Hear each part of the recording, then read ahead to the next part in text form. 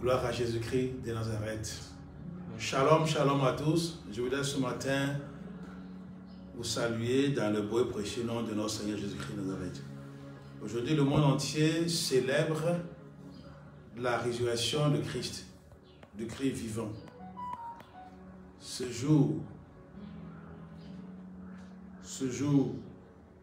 9 avril 2023, nous permet de célébrer la puissance de la résurrection. Parce qu'il est dit dans Ephésiens chapitre 1, verset 19 à 20, que la puissance que Dieu a déployée pour ressusciter Christ d'entre les morts, et tient cette puissance en notre faveur. Donc tu comprends, cher ami, il faut que tu puisses croire en cette parole. La Bible déclare dans Romains chapitre 10, verset 17, que la foi vient de ce qu'on entend, et ce qu'on entend vient de la parole de Christ. Et lorsque Christ lui-même a donné la parabole du semeur, il a dit que les grains qui sont tombés dans la bonne terre sont ceux-là qui ont porté du fruit, qui portent du fruit, qui germent et qui portent du fruit. Il faut que tu laisses la parole de Dieu tomber dans un cœur, dans une bonne terre, dans un cœur qui est fertile et qui te permettra ainsi d'avoir le succès en toutes choses. Ce matin, je voudrais saluer les serviteurs de Christ vivant. Je veux dire shalom à pasteur Ouattara Michael qui sert aux États-Unis. Je voudrais dire shalom à cet aîné dans la foi et dans l'adoration de Christ Jésus. Que le Seigneur le bénisse abondamment avec toute sa famille, ses enfants, ses petits-enfants. Je voudrais aussi ajouter le pasteur Lelou Félicien, mon oncle. C'est un salut filial. Que Dieu te bénisse abondamment, cher oncle. Ce matin, nous allons parler des noms, oint de l'Éternel des armées, du nom de Daniel, qui signifie mon Dieu est juge. Daniel est quelqu'un qui nous donne le bon exemple, servir le Seigneur contre vents et marées. Mais avant cela, je voudrais que nous lisions ensemble ce texte, le récit de la résurrection de Christ Jésus. Nous allons prendre ensemble Marc, le chapitre. Marc, c'est le deuxième livre du Nouveau Testament. Matthieu, Marc. Nous allons prendre ensemble le chapitre 16. Très souvent, comme dans nos assemblées, il y a des tableaux géants pour y positionner les versets bibliques, les passages, les textes qu'on lit. La plupart des chrétiens ne vont pas à l'église avec leur Bible. Alors qu'il le faut. Même si il y a un tableau géant, il faudrait que vous compreniez que nous en avons toujours besoin. Alors, Marc chapitre 16, nous lisons à partir du verset 1. Quand le sabbat fut passé, Marie de Magdala, mère de Jacques et Salomé achetèrent différentes huiles aromatiques pour embaumer le corps de Jésus. Verset 2. Il était encore très tôt le dimanche matin lorsqu'elles arrivèrent au tombeau. Donc le dimanche matin comme aujourd'hui, très tôt. Le soleil venait de se lever, verset 3, en chemin, elles s'étaient demandé les unes aux autres, qui nous roulera la pierre qui ferme l'entrée de la tombe? Parce qu'en réalité, ils ont roulé une grosse pierre qui fermait l'entrée de la tombe. Donc, ces braves dames se demandaient comment faire pour entrer à l'intérieur afin d'embaumer le corps de Christ Jésus. Verset 4. Or, voilà qu'en arrivant, elle s'aperçut que cette énorme pierre avait été roulée sur le côté. Waouh, quel miracle. Verset 5. Elle pénétrait dans le caveau et trouvait assis sur le côté droit un jeune homme revêtu d'une robe toute blanche. Elle fut saisie de frayeur. Verset 6. Mais le jeune homme leur dit, n'ayez pas peur, vous cherchez Jésus de Nazareth, celui qui a été crucifié, il est ressuscité, il n'est plus ici. Il est ressuscité, il n'est plus ici. Voici l'endroit où on l'avait déposé. Verset 7. Et maintenant, allez dire à ses disciples, aussi à Pierre, qu'il est allé en Galilée où il vous attend. Vous le verrez là-bas, comme il vous l'a déclaré. Verset 8. Elles se précipitèrent hors du tombeau et s'enfuirent en courant, toutes tremblantes d'excitation. Elles étaient si surprises et apeurées qu'elles restaient muettes de saisissement et ne dirent mot à personne. Verset 9. Étant ressuscité à l'aube du dimanche matin, du dimanche matin, Jésus apparut tout d'abord à Marie de Magdala, dont il avait chassé 7 démons. Verset 10. Celle-ci courut porter la nouvelle à ceux qui avaient suivi Jésus et qui, à cette heure, étaient encore plongés dans la tristesse et dans les larmes. Verset 11. Mais quand ils apprirent que Jésus était vivant et qu'elle venait de le voir, ils refusaient de la croire. Verset 12. Plus tard, il apparut sous les traits d'un étranger à 2 de ses disciples qui étaient en chemin pour se rendre à un village en pleine campagne. Les 2 revinrent à Jérusalem pour annoncer la nouvelle aux autres disciples, mais ceux-ci n'ajoutèrent pas davantage foi à leur témoignage. Il s'agit des disciples d'Emmaüs dont l'histoire nous est relatée dans Luc. Des gens qui allaient tout tristes et Jésus leur a apparu. Ici, il ne fait pas de cette incrédulité. Il ne faut pas que ton cœur soit incrédule. Il faut que ce soit la bonne terre, afin que lorsque la parole de Dieu est prêchée, elle puisse s'y ancrer et déclencher les miracles que Dieu t'a promis.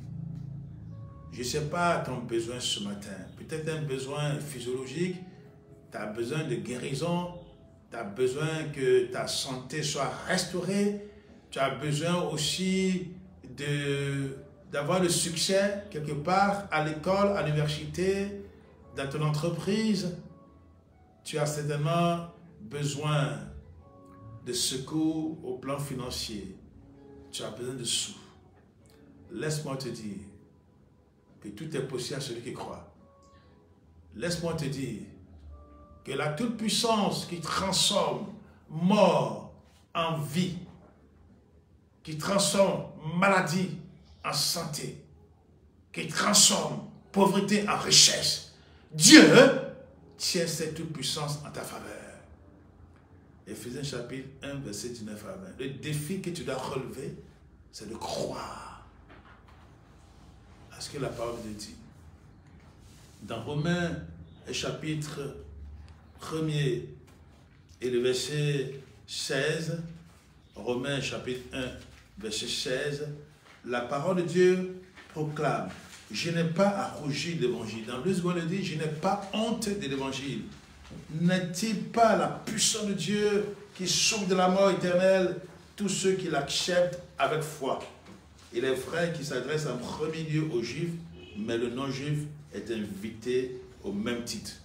Il ne faut pas avoir honte de l'évangile.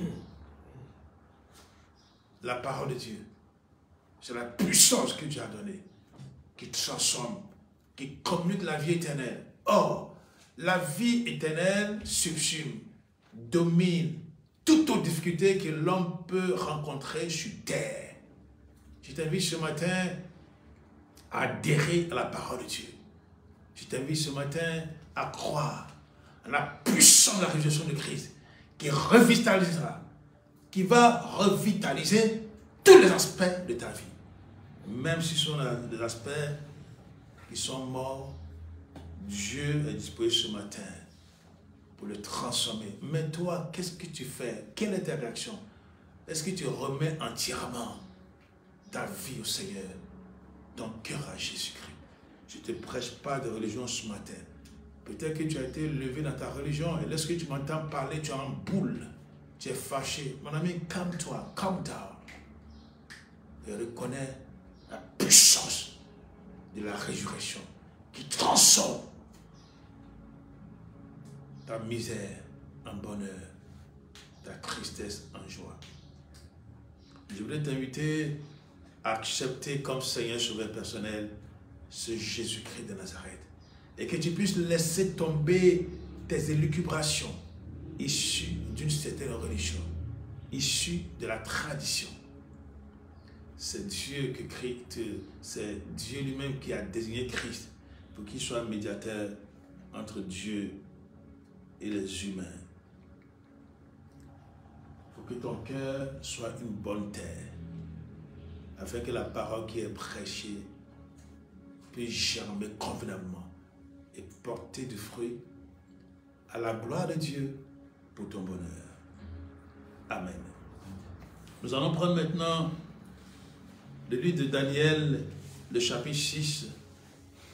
C'est un passage qui est assez long. Nous allons le lire du verset 1 jusqu'au verset 26. Daniel, c'est un nom providentiel, un nom bien-aimé, c'est un nom puissant, porté par une personne puissante. Daniel chapitre 6, verset 1. Daniel le Mède, âgé d'environ 62 ans, s'empara, Darius, pas Daniel, mais Darius le Mède, âgé d'environ 62 ans, s'empara du pouvoir royal. Verset 2, Darius décida d'instituer 120 satrapes pour gouverner tout le royaume. Il s'agit du roi de Babylone. Verset 3, il plaça à la tête 3 ministres auxquels ces satrapes devaient rendre compte pour que les intérêts du roi soient sauvegardés. Daniel était l'un de ces 3, verset 4, et bientôt il se révéla plus capable que les 2 autres ministres et tous les satrapes. Alors, le gouverneur des satrapies, un satrape, c'est un gouverneur de satrapie, et une satrapie, les satrapies sont les subdivisions de l'empire perse. Darius, fils d'Istape, avait divisé la Perse en 20 satrapies. On peut lire ça dans Hérodote, l'histoire, le livre d'Hérodote, chapitre 3, et j'allais dire verset 89. Le chiffre de 120 provinces se retrouve aussi dans Esther, chapitre 1, verset 1, et Esther, chapitre 8, verset 9. Voilà donc que les 120 satrapes devaient rendre compte de leur gestion à 3 ministres, au rang desquels se trouvait Daniel. Alors, Daniel se révéla plus capable que les 2 autres ministres et tous les satrapes, parce qu'il avait en lui un esprit supérieur. Il avait en lui le Saint-Esprit, l'Esprit de Christ Jésus. C'est pourquoi le roi songeait à le mettre à la tête de tout le royaume. Ah oui. Verset 5. Alors, les autres ministres et les satrapes se mirent à chercher un motif d'accusation contre lui dans sa manière d'administrer les affaires du royaume. Mais il ne put découvrir ni grief ni faute, car il était fidèle et consciencieux dans toute sa gérance, de sorte qu'on ne pouvait trouver en lui ni négligence ni défaillance. Oh, quel exemple, quel bel exemple à suivre. Est-ce que des gens trouvent facilement des défauts au travail que tu exerces? Il faut te ressaisir si c'est le cas. Verset 6. Ces hommes-là concluent donc: nous ne trouverons rien contre ce Daniel, à moins que ce ne soit en relation avec la loi de son Dieu, à moins que ce soit en relation avec sa foi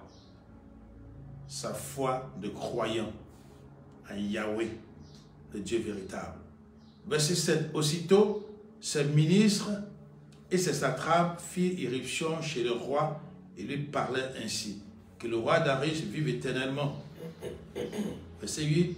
Tous les ministres du royaume, les chefs et les satrapes, les conseillers et les gouverneurs ont décidé à l'unanimité dans leur conseil de demander au roi de publier un édit. Aujourd'hui, on parlera plutôt de décret, une décision écrite qui émane du pouvoir exécutif. Donc, de publier un édit par lequel il interdise à quiconque, pendant les 30 jours qui suivent, c'est-à-dire pendant un mois, d'adresser une prière à quelque dieu ou homme que ce soit, si ce n'est à toi, ô roi. Tout contrevenant devra être jeté dans la fosse au lion. Verset 9. Maintenant, ô roi, confirme ce décret et fais-le enregistrer afin qu'il soit irrévocable conformément à la loi des Mèdes et des Perses, qui est immuable. Rappelez-vous dans le livre d'Esther, Esther a dit que tant que le roi ne fait pas appel à quelqu'un qui se présente là-bas, alors celui-là est passible de la peine de mort. Et les Mèdes et les Perses ne badinaient pas avec leurs lois. Ce sont des lois qui étaient dites immuables, c'est-à-dire qu'on ne peut pas changer. Verset 10, là-dessus, le roi Darius fit enregistrer le décret portant cette interdiction. Quand Daniel apprit que le décret avait été officiellement enregistré, verset 11, il entra dans sa maison, les fenêtres de sa chambre haute étaient ouvertes en direction de Jérusalem. 3 fois par jour, il se mettait à genoux pour prier et louer son Dieu. Il le fit comme auparavant. Verset 12, alors les instigateurs du décret firent irruption chez lui et le surprirent en train d'invoquer et de supplier son Dieu. Verset 13, aussitôt ils se rendirent chez le roi et lui parlèrent à propos du décret royal. N'as-tu pas fait enregistrer un décret, dirent-ils, selon lequel quiconque adressera pendant les 30 jours suivants une prière à quelque dieu ou homme que ce soit, si ce n'est à toi, au roi, serait jeté dans la fosse lion? Il en est bien ainsi, répondit le roi, conformément à la loi des Mèdes et des Perses qui est immuable. Verset 14, eh bien, reprit-il, Daniel, l'un des déportés de Juda, ne se soucie guère de toi, ô roi, ni de l'interdiction que tu as fait enregistrer. 3 fois par jour, il fait sa prière. Wow. Verset 15. Lorsque le roi apprit la chose, il en fut vivement peiné et prit à cœur de délivrer Daniel. Jusqu'au coucher du soleil, il chercha le moyen de le sauver. Verset 16. Mais ces hommes firent irruption chez le roi et lui dit, sache, ô roi, que la loi des Mèdes et des Perses ne souffre aucune dérogation à une défense ou à un décret promulgué par le roi. Voilà des gens qui étaient zélés. Ils ont regardé la vie de Daniel et ne pouvaient pas l'accuser de quoi que ce soit dans l'exercice de ses fonctions. Alors, ils savent que Daniel vit parce qu'il y a un Dieu qui vit. Et parce qu'il y a un correspondant de ce Dieu-là dans sa vie. L'esprit de ce Dieu-là est en lui. Ils ne voyaient pas cela, mais chaque jour, ils pouvaient vérifier ça. Daniel, c'est le monsieur qui dit un songe qu'un roi dit avoir oublié pour prouver les devins. Il dit ce songe et il en donne l'explication. Ce n'est pas n'importe qui. Tu n'es pas n'importe qui si tu es greffé à Jésus-Christ de Nazareth. Si tu es en communion avec ce Jésus-Christ de Nazareth, le Dieu Tout-Puissant, le véritable Dieu. Le roi a tout fait pour chercher à sauver Daniel parce qu'il aimait Daniel, mais en vain. Et ses conseillers, ses collaborateurs étaient autour de lui. Il le poussait à agir. Peut-être que tu es chef d'entreprise, tu es président, tu es roi, tu es élevé en dignité, tu es directeur général, qui sait encore. et on te pousse à agir contre quelqu'un, contre un de tes collaborateurs, simplement par jalousie. Et c'est le meilleur de tes collaborateurs. Peut-être qu'il ne fait pas partie de cette loge à laquelle appartiennent toutes ces personnes qui conspirent. Oui, ces comploteurs de satrapes appartenaient certainement à la loge des Chaldéens, des magiciens babyloniens. Ils ne pouvaient pas supporter l'esprit supérieur qui était en Daniel. Daniel n'était certainement pas plus riche qu'eux, mais ne pouvait pas supporter l'esprit qui était en Daniel. Parce qu'en réalité, la présence de Daniel annihilait eux leurs plans, leurs projets sataniques. Ils ne pouvaient pas adorer leur Dieu Satan, ou je ne sais quel autre Dieu, aisément. Parce que Daniel était rempli d'esprit de Dieu. Oh, tu fais sans doute face à une adversité, un complot ourdi par des gens qui font partie d'une autre loge que toi. Toi, tu fais partie de la loge de Christ vivant. Tu fais partie de la loge de Jésus-Christ de Nazareth. De la loge où les membres sont remplis de l'Esprit Saint et sont toujours en communion avec Dieu pour écraser les serpents, les scorpions et toute la puissance de l'ennemi, et à qui rien de mal n'arrive. Tu fais partie de cette loge et on cherche à te nuire. C'est le cas de Daniel. Daniel a bien entendu cela, mais il ne pouvait pas désobéir à son Dieu qui est le maître de l'univers. Il ne pouvait pas souffrir la communion avec le Seigneur. Donc, il priait comme il en avait l'habitude. On est allé donc de signaler, verset 17, alors le roi ordonna d'arrêter Daniel, de le jeter dans la fosse au lion. Il s'adressa à Daniel et lui dit, puisse ton Dieu, que tu sais, avec tant de persévérance, te délivrer lui-même. Est-ce que ton patron est au courant que tu sais ce Dieu-là? Ou bien lorsque tu es en sa présence, tu fais comme si tu ne connaissais pas le véritable Dieu? Oui, tu fais du camouflage. Tu mets ta lampe sous le boisseau, tu éteins ta lampe. Non, Daniel, il affichait qu'il appartenait au Dieu vivant, au Dieu véritable. Et le roi en témoigne. Il dit, puisse ton Dieu que tu sais, avec tant de persévérance, te délivrer lui-même. Verset 18, on apporta une grosse pierre pour la rouler devant l'entrée de la fosse. Parce qu'on pensait que ces trois amis, Meshach, Abednego, Shadrach, ils allaient venir pour pouvoir le libérer. Ils allaient venir pour libérer Belshazzar. Parce que c'était ça le surnom babylonien de Daniel. Enfin, je ne sais pas, j'espère que je ne me trompe pas. Mais dans tous les cas, ils ont roulé une grosse pierre à l'entrée de la fosse. Le roi y apposa son sceau et ceux des hauts dignitaires, afin que rien ne fût changé aux dispositions prises à l'égard de Daniel. Verset 19, après cela, le roi rentra dans son palais et passa la nuit à jeun, et sans faire venir ses concubines auprès de lui, mais ne parvint pas à s'endormir.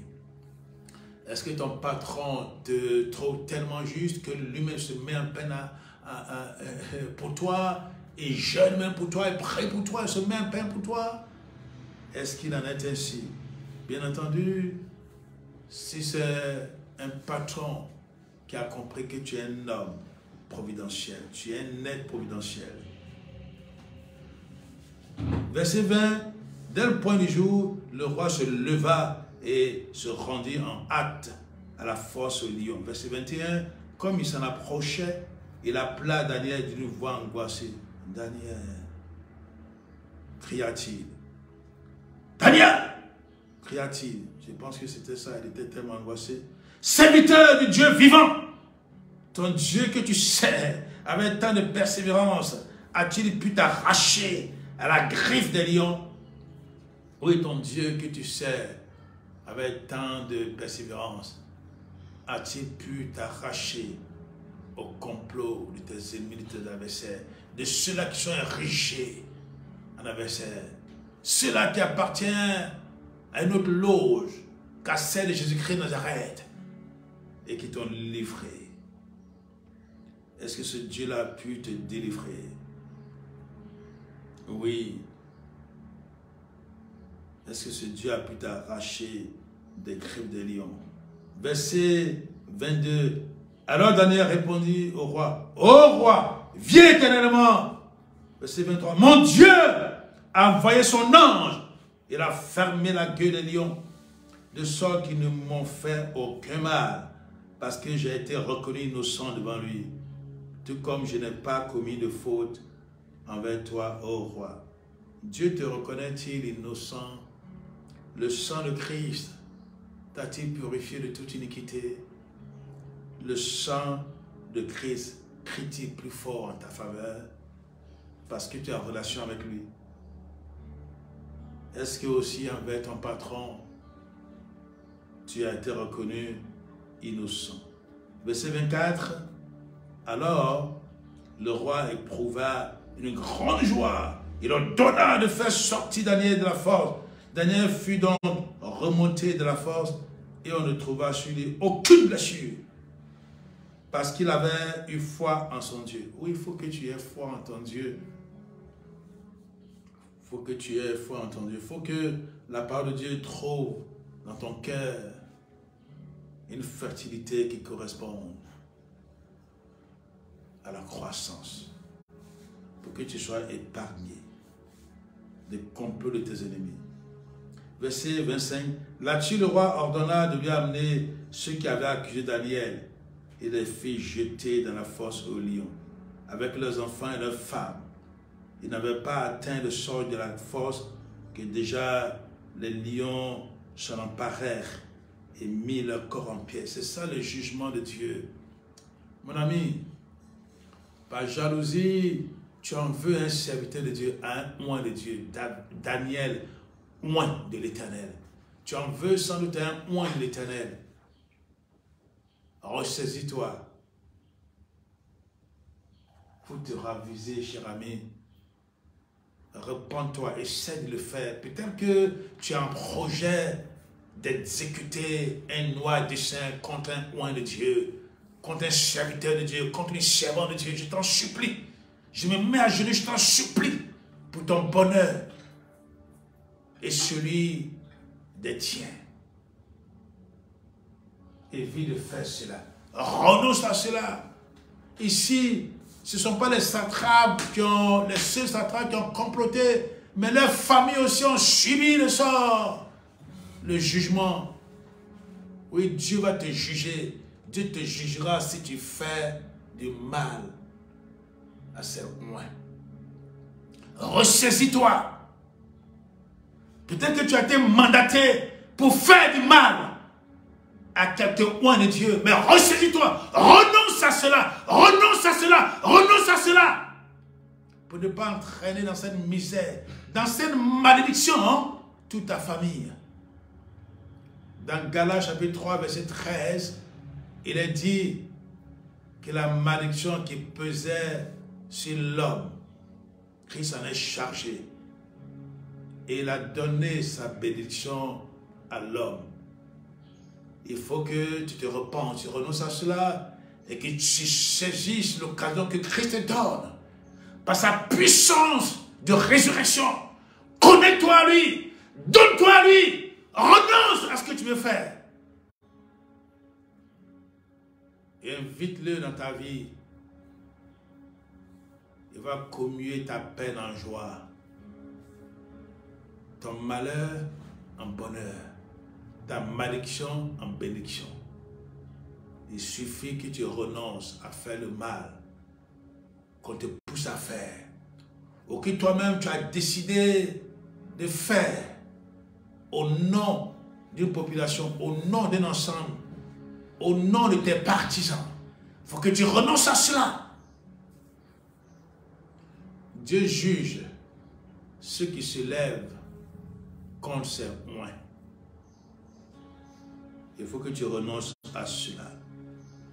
Et donc, le roi Darius a ordonné que toutes ces familles soient jetées, ils ont été jetés dans la fosse aux lions. Et la parole de Dieu dit qu'avant même qu'ils n'arrivent à terre, qu'ils n'atteignent le sol, ça a été rapide. Les rois et les lions, pardon, en ont fait une bouchée. Il faut que tu te ressaisisses. Le roi Darius adressa, le verset 26, adressa le message suivant aux gens de tous les peuples, de toutes les langues, de toutes les nations, répandus sur toute la terre, que votre paix et votre prospérité soient multipliées. Verset 27, je décrète que dans toute l'étendue de mon royaume, on s'incline avec crainte et respect devant le Dieu de Daniel, car il est le Dieu vivant, corps de Christ. Dans quelque nation que tu sois, que fais-tu pour que les autorités de cette nation décrètent que tous ceux qui vivent sur le territoire puissent avoir la crainte du Dieu vivant, puissent avoir la crainte de Jésus-Christ de Nazareth, le Dieu véritable, le Dieu vivant, ce médiateur entre Dieu et les hommes, qui subsiste éternellement. Je reprends le verset 27, je décrète que dans toute l'étendue de mon royaume, on s'incline avec crainte et respect devant le Dieu de Daniel, car il est le Dieu vivant, qui subsiste éternellement. Son règne, ne sera jamais détruit et sa domination n'aura jamais de fin. Verset 28, il délivre et il sauve. Il accomplit des signes et des miracles dans les cieux et sur terre, puisqu'il a arraché Daniel à la griffe des lions. Verset 29, Daniel prospéra sous le règne de Darius et sous celui de Cyrus le Perse. Ce royaume de Mède et de Perse était, j'allais dire, de façon alternative, gouverné par les Mèdes et par les Perses. Aujourd'hui, nous en avons un espace qu'on appelle Turquie. C'est là-bas le royaume des Perses et des Mèdes. Cher ami,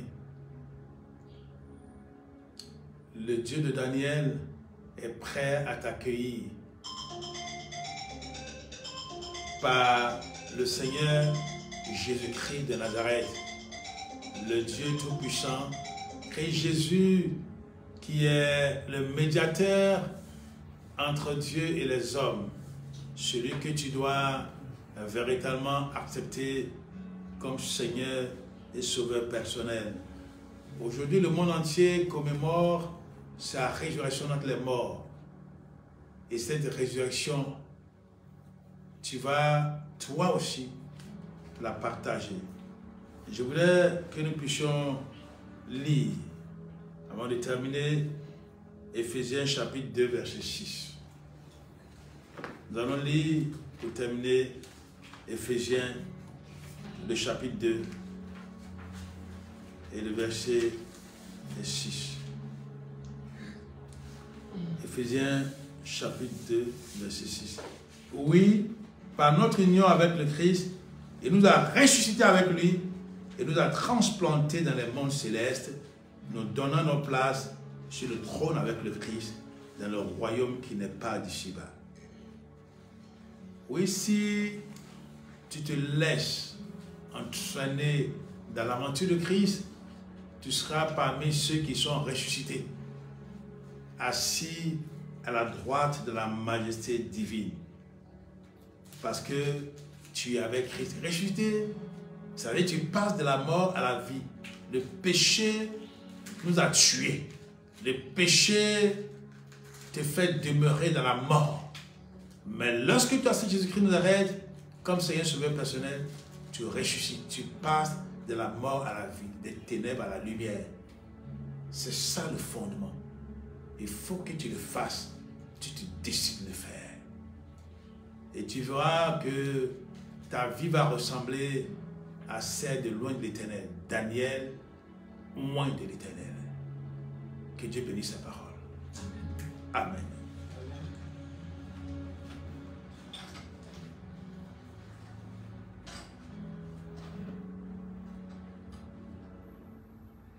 Je sers ta parole, je sers ta parole, je sers ta parole dans mon cœur, afin de ne pas pécher, afin de ne pas pécher, afin de ne pas pécher contre toi. Afin de ne pas pécher contre toi, Seigneur. De suivre Jésus, j'ai décidé de suivre Jésus, j'ai décidé de suivre Jésus sans reculer, sans reculer. Le royaume en moi, la croix devant moi. Le royaume en moi, la croix devant moi. Le royaume